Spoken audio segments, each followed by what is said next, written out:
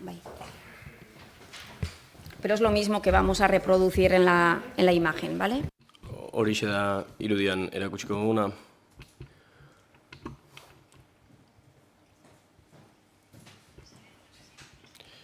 Lehendakariok ez dakit nola nahi duzuen egitea. Lehenik eta behin azalduko dut uraren txostena, gero ohar guztiak egingo ditugu, gero hondakinen azalduko dut eta gero egingo ditugu bozketak, ondo iruditzen zaizue? Bai? Ados. Vale, pues empezamos, ¿vale? Bueno, la propuesta de la tarifa del agua... Uraren tarifaren proposamena, honako hau da, 2025koa, eta bat dator 2023an, 2023an hobeto esan da egindako hausnarketarekin. Hainbat urtez izoztuta egon zen uraren tarifa,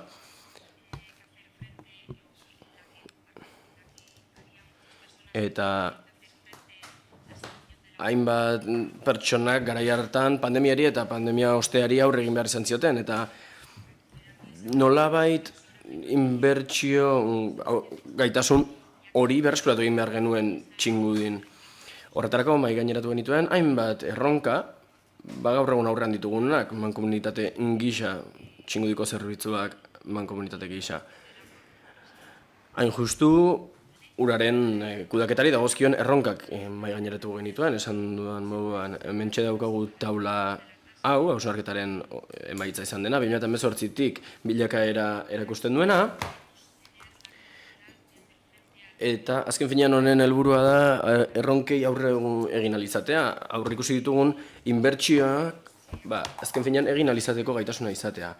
Zehaztuko ditut aurrerago, baina iaz esan genuen tasa 20% igo behar genuela, eta aurten birkalkulatu egin dugu berrizkuspen hori, eta nolabait iruditzen zaigu 15%, baina apur bat gehiago igota nahikoa izango dela gutxi gorabehera 3 milioi eskuratu alizateko tasetan, esan bezala datozen urteetan ditugun inbertsioi aurre egiteko. Hasiera batean lana egin genuen honela, uraren tasa igotzea planteatu genuen hainbat egoeratan, ikusi genuelako beharrezkoa zela tasa igotzea, baina noski gakoa da zenbat igo. Zabaian nolabait esan dugun moduan 15%koa izango litzateke, eta hainbat agerleku planteatu ditu, 7,5%koa, 5%koa, eta bar. Esan bezala hainbat erronka ditugu, esaterako digitalizazio proiektua, duela gutxi diru laguntza bat eskuratu baitugu ministeriotik, 5 milioi eta erdi eurokoa da, 7 milioi euroko inbertsioa egin alizateko, eta horrez gain, ura muga proiektuaren inbertsioa ere badugu, mugaz gaindiko proiektu honetakoa, eta horren helburua da, saneamendu sareko kolektoreak hobetzea, eta halaber, urrengo 2 urteetan aurreikusi dugu finantzaketa izango dugula, diru laguntza hori esker inbertsioi aurre egiteko. Dena den ez da nahikoa izango, eta horregatik planteatu dugu 2025erako 5% igotzea tasa.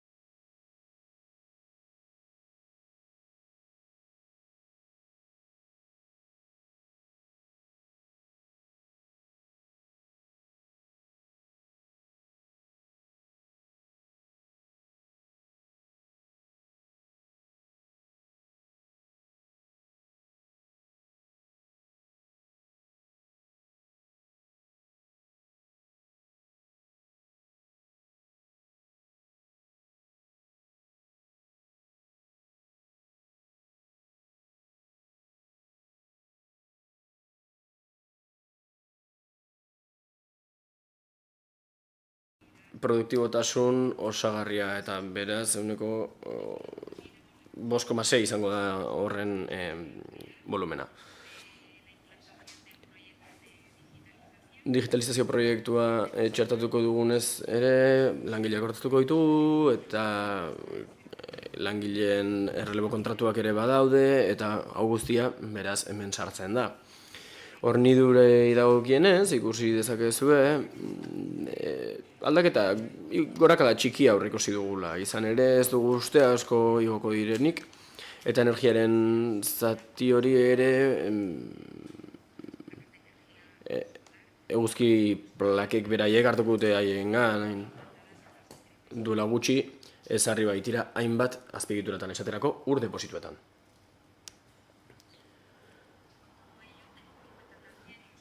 Hori guztia aintzat hartuta, aurreikusi dugu jardueran diru-sarrerak izatea noski, eta hori da, azken finean ura garraiatuz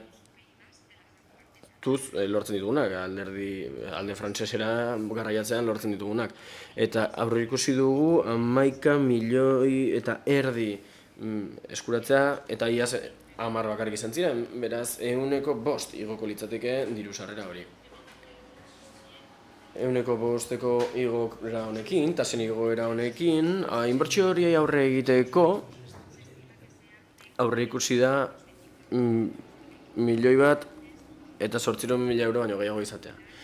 Zenbatekoa 2024koaren oso antzekoa da, esan dugun bezala, eta ikus dezakezuenez, egokiena izango litzateke, inbertsio hori guztiei aurre egiteko, datozen urteetarako hori guztiei aurre egiteko, lortutako diru-sarrerak izatea gutxi gorabehera 3 milioi ingurukoa, hain zuzen 2020an genuen maila horixe.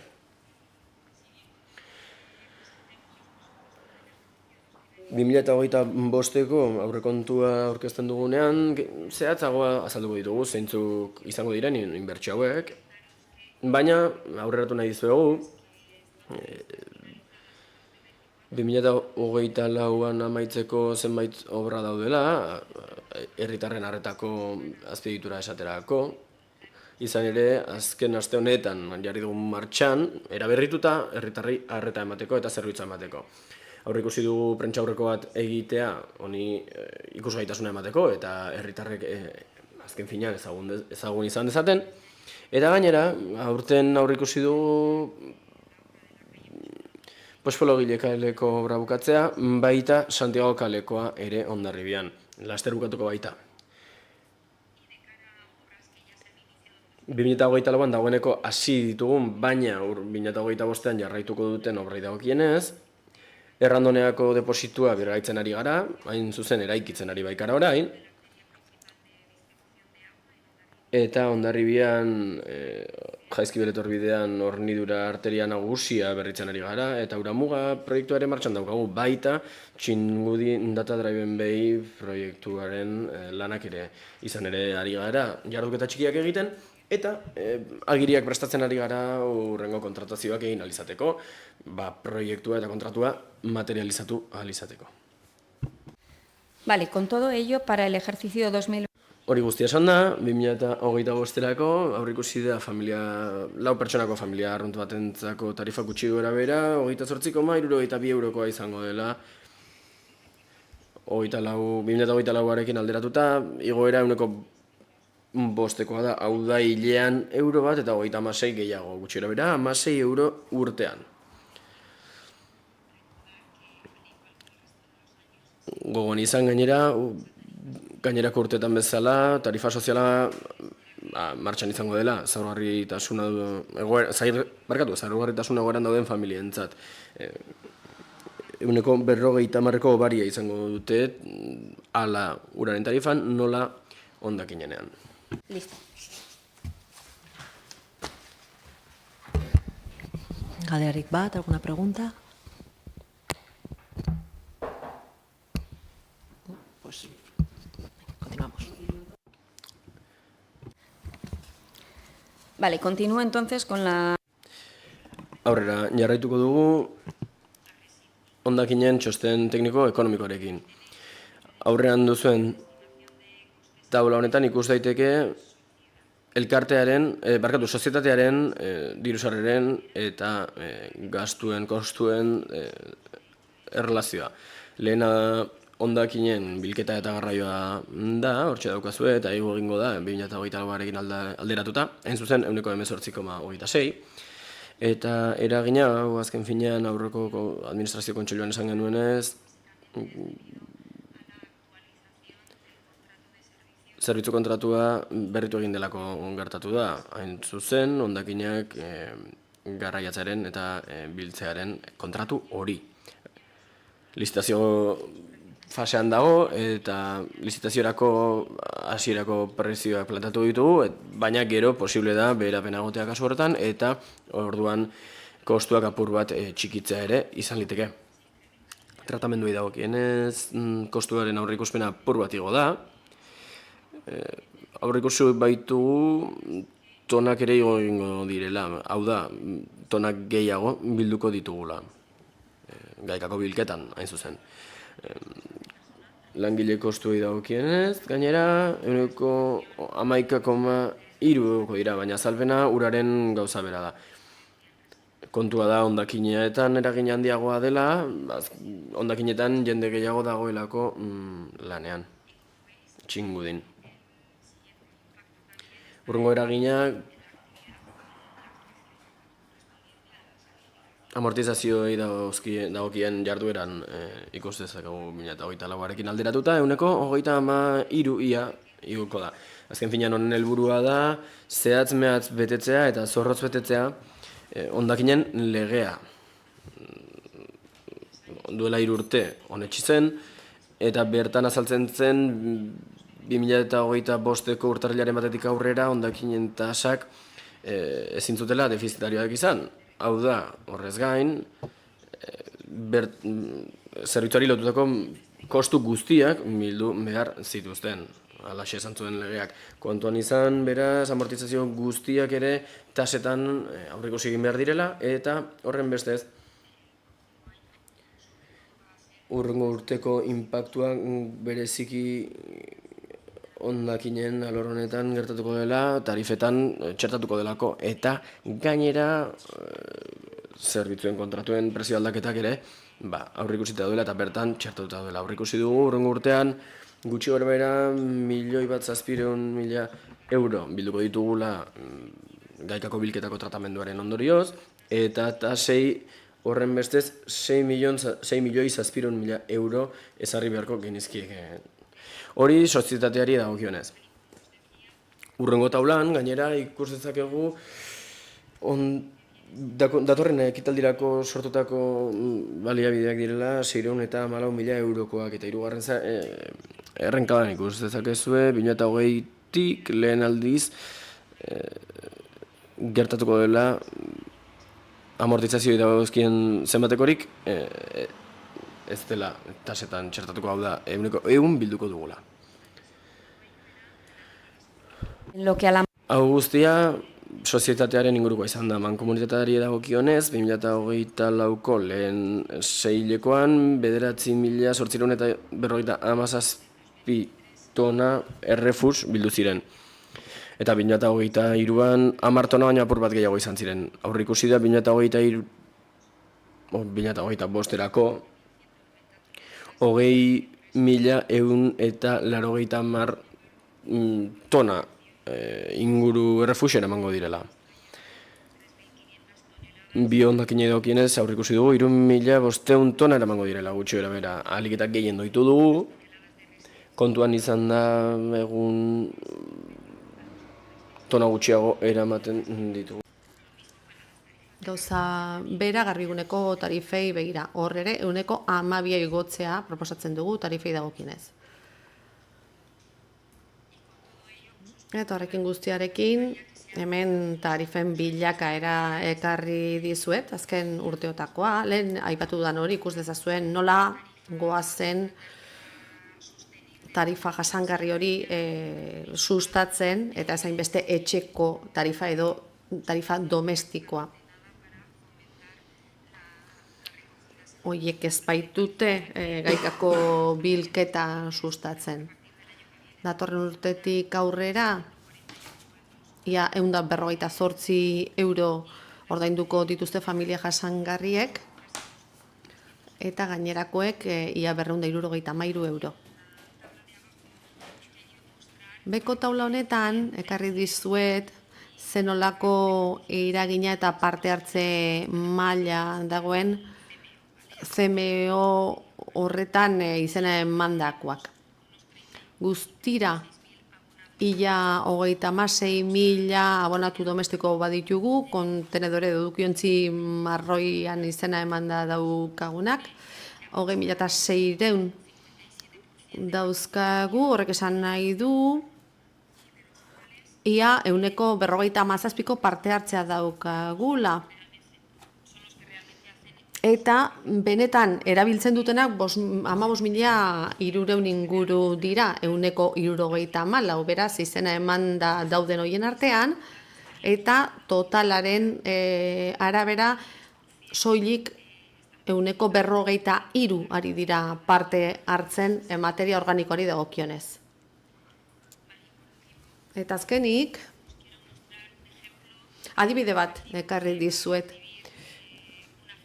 Familia batek, laguneko familia batek jasoko duen errezibari dagokionez ura eta hondakina kontuan hartuta datorren urtetik aurrera baldin eta tasa hauek onartzen baldin badira.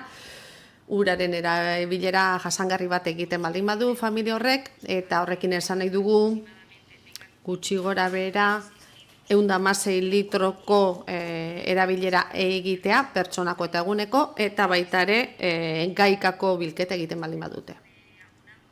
Era honetako bonatua familiak edo familiek jasoko lukete 51 euroko errezibo bat hilero, eta aurten 39 inguru jasotzen ari dira.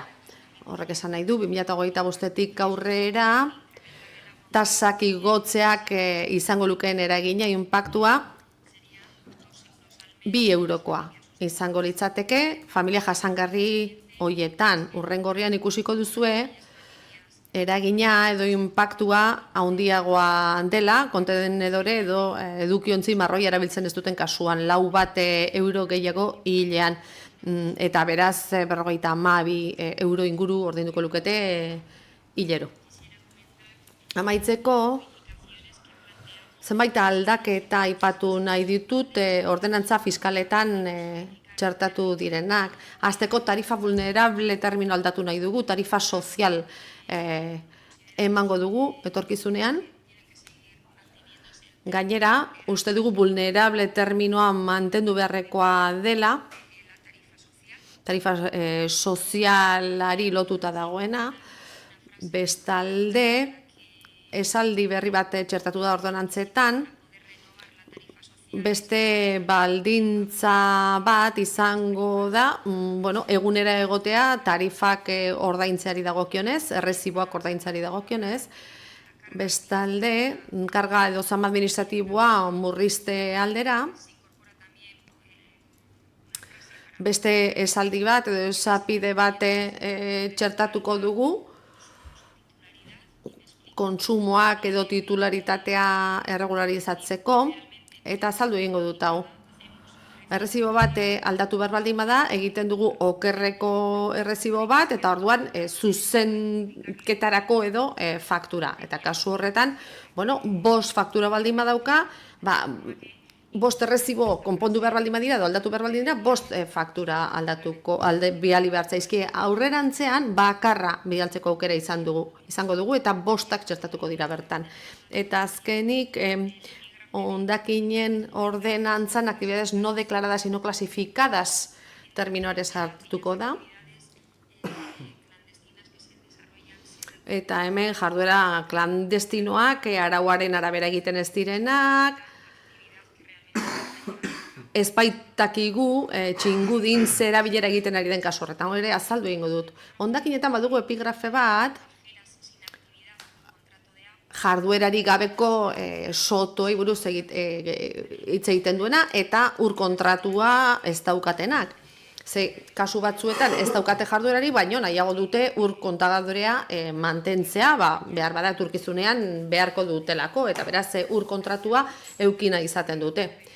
Epigrafe horiek lukete ur kontsumerik eduki, eta konturatzen ari gara, baietz konsumoa egon badagoela. Beraz, uste dugu, deklaratu gabeko, aitortu gabeko, erabilera bat egiten dela, soto edo lokal horietan. Bastante más elevado que la de... Eta kasu horretan badago aldea, fakturei dago kienez, eta, eskatuko diegu, bereien borondatez, etortzea, egoera horren berri ematera, ze bestela ez dakigu zer gertatzen ari den. Azkenik tarifak egunatuko dira, urenak eta hondakinenak, eta egutegia ere ekarri dut urtero bezala. Eskerrik asko Leire. Galdera bat, alguna pregunta? Badago galderarik? Entonces pasamos a votar. Votaríamos, ¿no? Bai, bozketa egingo dugu.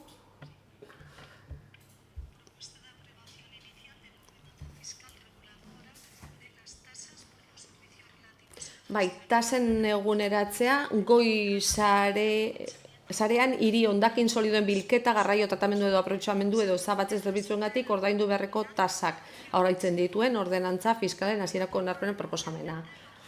Hasteko, ordenantza fiskal hori onartzea,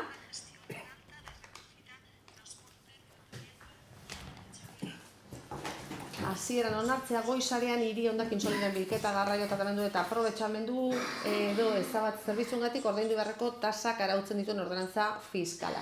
Bigarrenik, erabaki hau jende aurreko informazio tramitean jartzean, bankomunitateko iragarki taulan jarrita, eta Gipuzkoako aldizkari ofizialean eta Gipuzkoako egunkari edatunetako batean argitaratuko diren iragarkien bidez, eta 30 laneguneko epea zabaltzea aldizkarian argitaratzen den egunetik aurrera kontatuta, epe horretan interesatuek espedientea aztertu eta egokitzat hartzen dituzten erreklamazioak aurkez ditzaten. Jende aurrean egoteko epe hori amaitu ondoren eta erreklamaziorik ez bada aurkeztu, betiko onartutzat emango da ordenantza aldatzeko akordioa ordurarte hasieran onartua zegoena.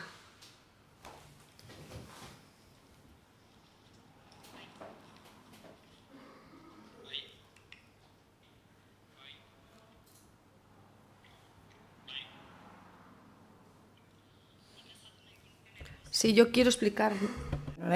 Zezkoa bozkatuko dugu, puntu hontan eta hurrengo puntuetan, aurreko urtean progresibidadea planteatuko zala esan zitzaigulako eta konpromiso horrekin abstentzia bozkatu genuen,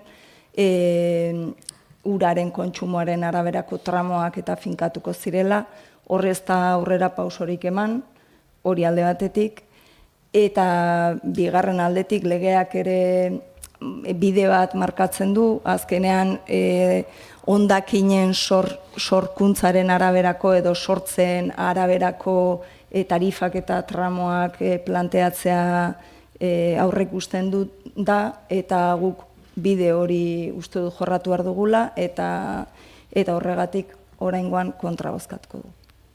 Kontra. Ez. Me he adelantado, no. Ez.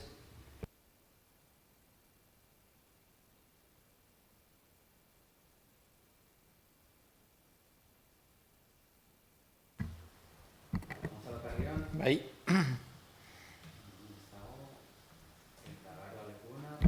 Aurkakoa.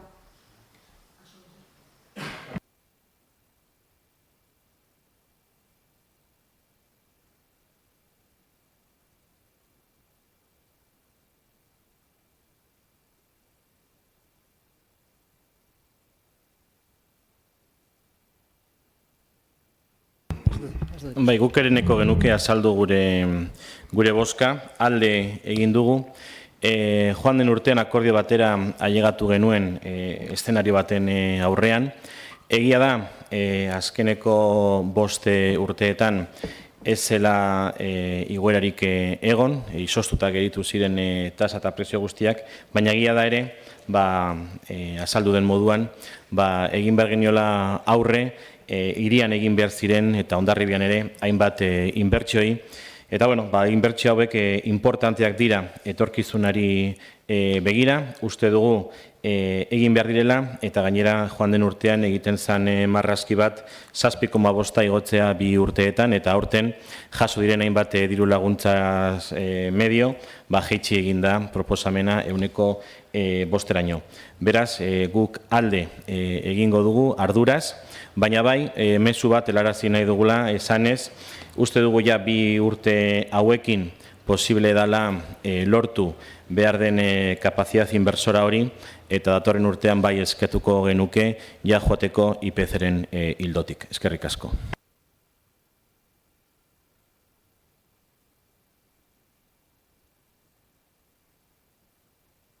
Iñigo. Vale, sí. Sí, gracias, señora presidenta. Nosotros hemos votado que no porque esto es susceptible de verse. Guk ezetz bozkatu dugu, ze, beti bezala edalontzia erdi beteta erdi utxik ikus daiteke, guk erdi utxik ikusten dugu zergatik, uste gulako beti herritarren gain botatzen dugulako zama nagusia, ez? Ez daki garrantzitsuena inbertsioak dira edota herritarren egunerokoa. Eta hor sentiberatasun falta ikusten dugu eta horregatik aurka bozkatu dugu. David. Bueno, ya por último. Errepikatu egingo dut hemen esan dena, baina gure bozkaren zentzuak zerikusia dauka azterlan hori egin ezarekin,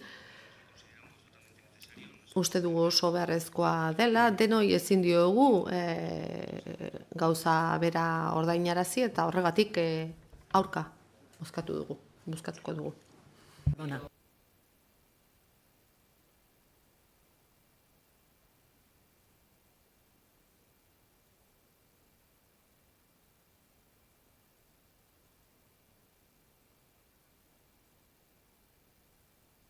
Casco Gonzalo, pues vale, entonces pasamos al punto A, bensarea. Segundo punto. Eta aprobatxamendu edo esabetxe zerbitzuengatik ordaindu beharreko tarifak arautzen dituen ordenantzaren hasierako onarpenaren proposamena. Sarean hiri hondakin solidoen bilketa, garraio tratamendu eta aprobetxamendu edo ezabatze zerbitzuengatik ordaindu beharreko tarifak arautzen dituen ordenantzaren hasierako onarpen proposamena. Proposatzen zaio mankomunitatearen batzarrari. Lehenengoa, hasieran onartzea sarean hiri hondakin solidoen bilketa, garraio tratamendu eta aprobetxamendu edo ezabatze zerbitzuengatik ordaindu beharreko tarifak arautzen dituen ordenantza. Erabaki hau jende aurreko informazio tramitean jartzea, mankomunitateko iragarki taulan jarrita eta Gipuzkoako aldizkari ofizialian eta Gipuzkoako egunkari edatuenetako batean argitaratuko diren iragarkien bidez, eta 30 lan eguneko epea zabaltzea. Aldizkarian argitaratzen den egunetik aurrera kontatuta. Epe horretan, interesatuek espedientea aztertu eta egokitzat hartzen dituzten erreklamazioak aurkez ditzaten. Jende aurrean egoteko epe hori amaitu ondoren eta erreklamaziorik ez bada aurkeztu, betiko onartutzat emango da ordenantza aldatzeko akordio ordura arte hasieran onartua zegoena. Eskerrik asko. Pasamos. Sortuko gara. Bai. Bai. Bai. Bai. Ez. Ez. Aurka.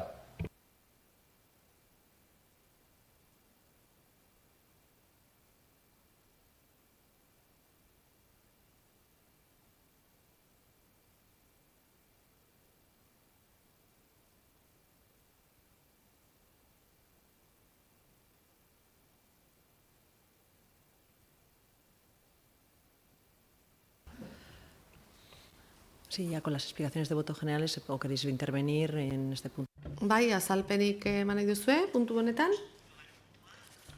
Hornidura, saneamendua eta uraren ziklo integralari loturik emaniko zerbitzuengatik ordaindu beharreko tarifak arautzen dituen ordenantzaren hasierako onarpenaren proposamena. Propuesta de aprobación inicial de la ordenanza reguladora de las tarifas por abastecimiento de agua, saneamiento. Ur hornidura, saneamendua eta uraren ziklo integralari loturik emaniko zerbitzuengatik ordaindu beharreko tarifak arautzen dituen ordenantzaren hasierako onarpena proposatzea. Lehenengoa, hasieran onartzea ur hornidura, saneamendua eta uraren ziklo integralari loturik emaniko zerbitzuengatik ordaindu beharreko tarifak arautzen dituen ordenantzaren proiektua.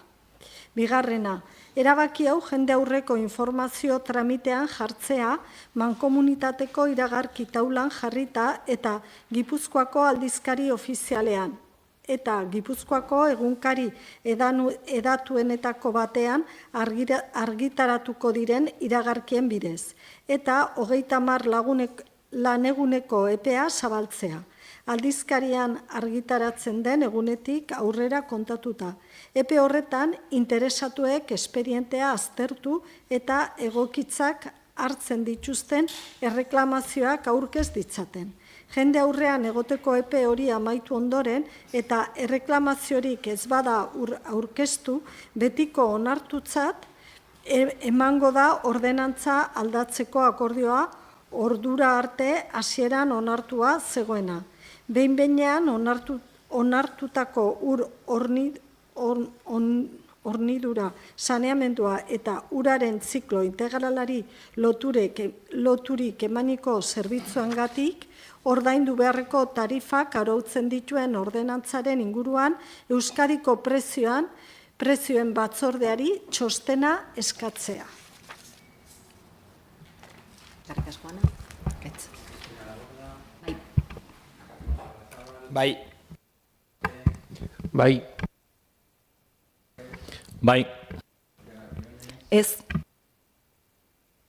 Ez. Ez.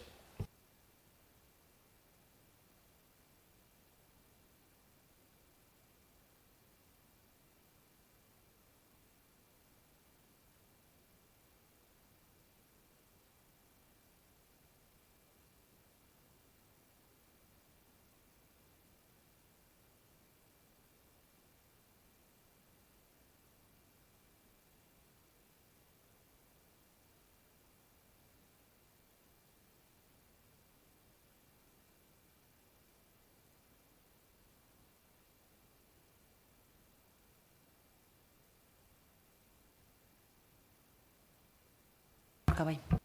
En cuanto al punto este del agua, hemos votado.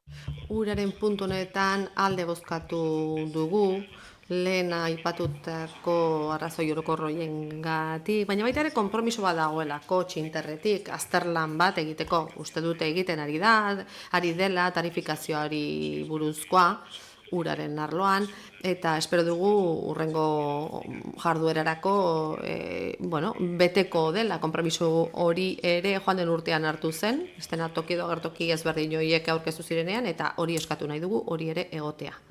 Bai, egia esan, lanketa horretan gaude, tramoen tarifikazio horretan, merkatu analizi bat egin dugu, jakiteko ur operadore desberdinak zer nola jokatzen ari diren, zer nolako terminoak eta franjak erabiltzen ari diren, baita ere hasi gera simulazioak egiten, esan genizuen urte oso bateko simulazioak egin beharko genituzkela,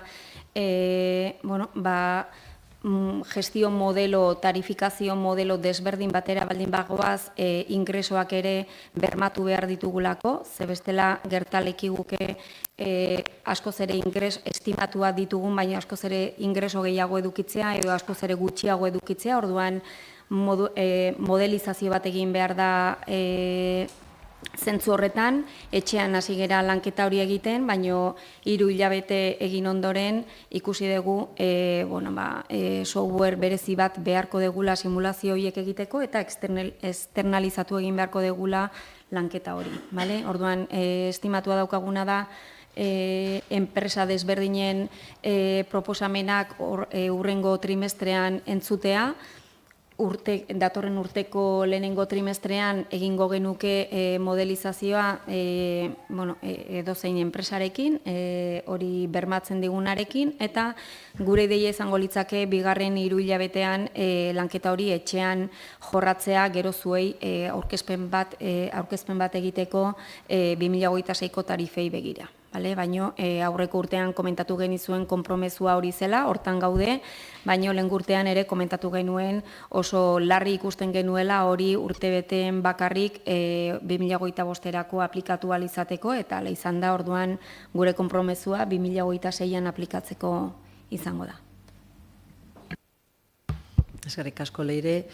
Es verdad que la propuesta que se ha hecho desde Mankomunitateak egindan proposamena izan da, bai urak eta bai hondakinak igotzea, baina egia da, egoera, gerenteak ondo esan duen bezala, pandemia osteko urteetan, beharrak izan direnak izan dira, bai enpresetan eta baita familietan ere. Eta horrekin ez daukatzen ikusirik tarifen igotzeako esfortzu berezia egin genuen, eta hobari batzuk egon ziren, eta hor jarraitzen dute.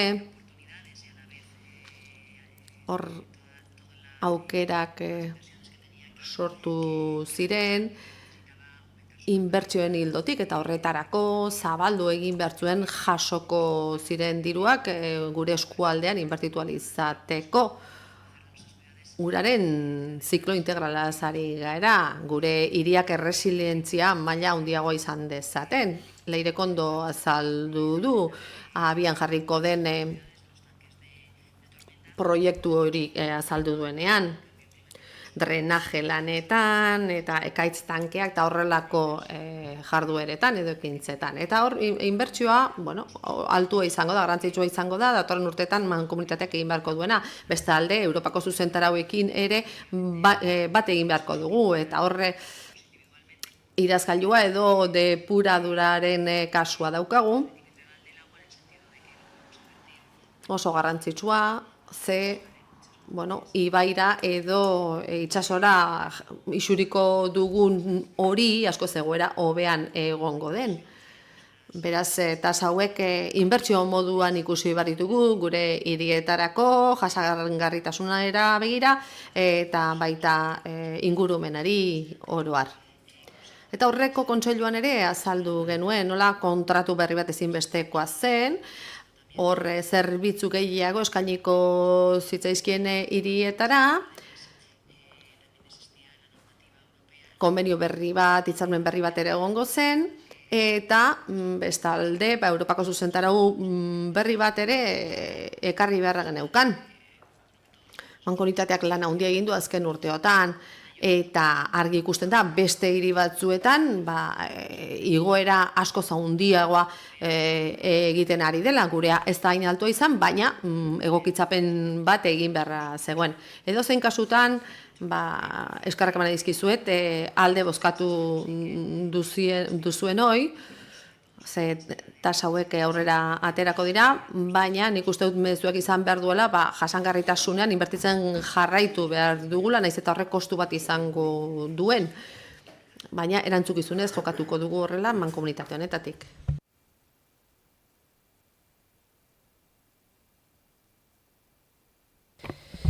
El laugarren puntua, informazioak, eskaera eta galderak, informaciones, ruegos y preguntas.